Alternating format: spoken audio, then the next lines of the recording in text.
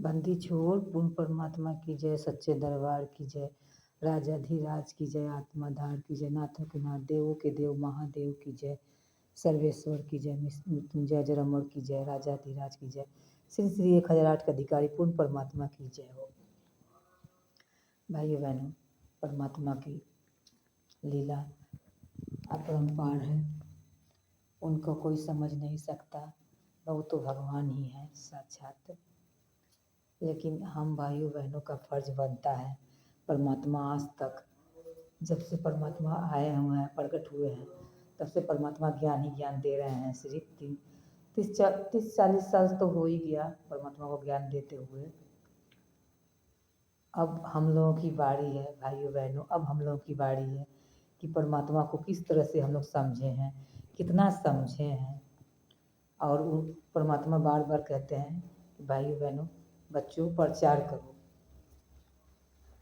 प्रचार करो, ज्ञान को समझो, गुरु को भगवान बनाओ, तब हम लोगों की मोक्ष होगी। तो इसीलिए मैं कहना चाहती हूँ भाइयों बहनों कि हम लोगों ने तो बहुत घूम लिया फिर लिया, मस्ती कर लिए, कुछ भक्ति भी हम लोग कर लें, ताकि यहाँ का तो हो गया, जो करना था हो ही रहा है। इसमें खुशी गम दुख सब आ ही रहा है। लेकिन अब हम लोगों का फर्ज बनता है कि परमात्मा की भक्ति करें हम लोग, साक्षात परमात्मा के परमात्मा साक्षात परमात्मा आए हुए ही हैं। साक्षात परमात्मा संत रामपाल जी महाराज जी हैं, उनका ज्ञान अनमोल है, उनका ज्ञान ही सबसे बड़ा महत्व है, देता है। गुरु को भगवान बनाना, गुरु को समझना, गुरु को वही तो मान लीजिए शिक्षा के अधिकारी हैं। कि जीवन में, मेरे जीवन में जैसे मान लीजिए आध्यात्मिक गुरु वही हुए ना, सांसारिक गुरु सब कुछ तो वही हुए, परमात्मा ही। इसलिए भाई बहनों,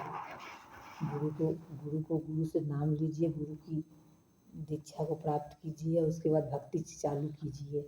भक्ति में ही शक्ति है। परमात्मा कहते हैं हर बार, भाइयों बहनों, आजा बंदे शरण राम की, आजा बंदे शरण राम की, बाछे फिर पछताएगा। आजा बंदे शरण राम की, पीछे फिर पछताओगे। कुटुंब कबीला कोई न तुम्हारे साथ जाएगा।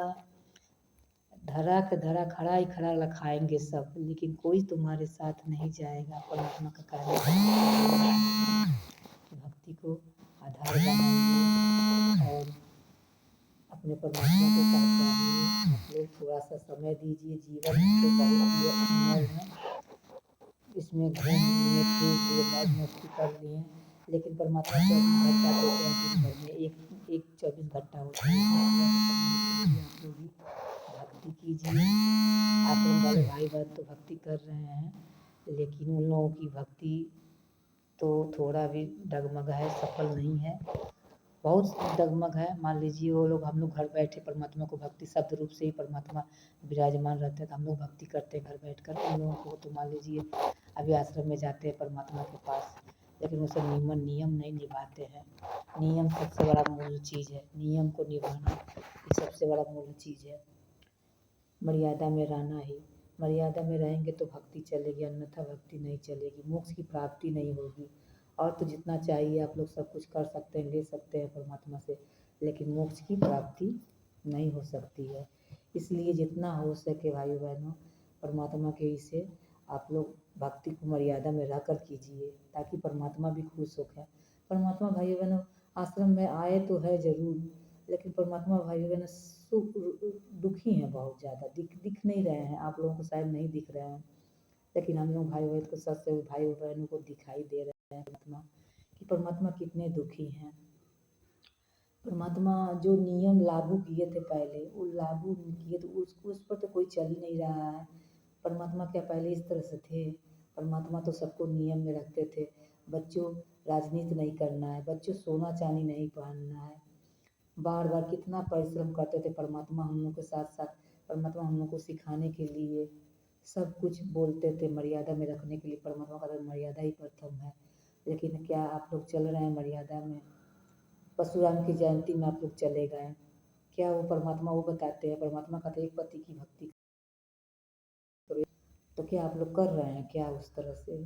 अगर कर रहे हैं तो बताइएगा, और नहीं कर रहे हैं तो भी बताइएगा। ज्ञान चर्चा तो होना ही है, दूसरा तो काम हम लोगों का है नहीं, कोई भक्ति करना ही है सफल, और तो दूसरा काम सब व्यर्थ है, व्यर्थ है। मान लीजिए फर्स्ट नंबर पर परमात्मा को रखिए, और नहीं जो रख रहा है तो उसका तो मान लीजिए क्या बात है, अभी वो ज्ञान में कमज़ोर है, इसका मतलब वो कमज़ोर है तो हम भी ना कमज़ोर हो। हम लोग ज्ञान समझ चुके हैं, हम लोग समझ चुके हैं, हम लोगों को तो मजबूती लाना चाहिए। जो नहीं समझे उनको समझाना चाहिए, वो भी परमात्मा कहते हैं, परमात्मा के बच्चे हैं।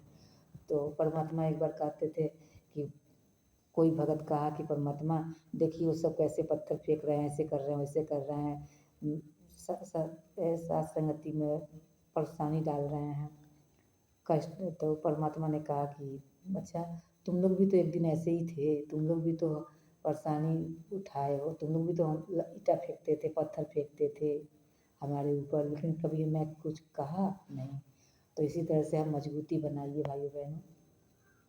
अब परमात्मा धराना धाम में आ चुके हैं, उनका सत्संग सुनिए, और ज़्यादा क्या बोलना चाहिए। और तो सब जगत वाले तो सब जानते सब कुछ करते हैं, लेकिन एक परमात्मा की भक्ति के बिना जीवन सफल नहीं हो सकता है।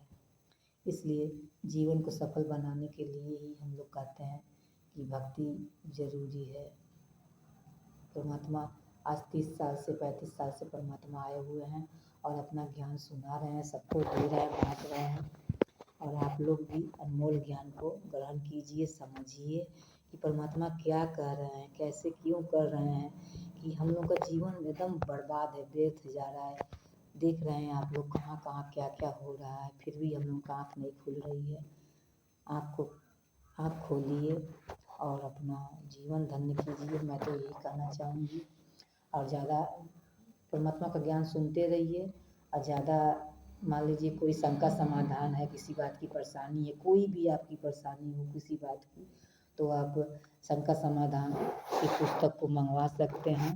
देखिए भाइयों बहनों, पुस्तक मंगवा सकते हैं और अपना ज्ञान ग्रहण कर सकते हैं, समझ सकते हैं। इसको देखिए और इसको मंगवाइए।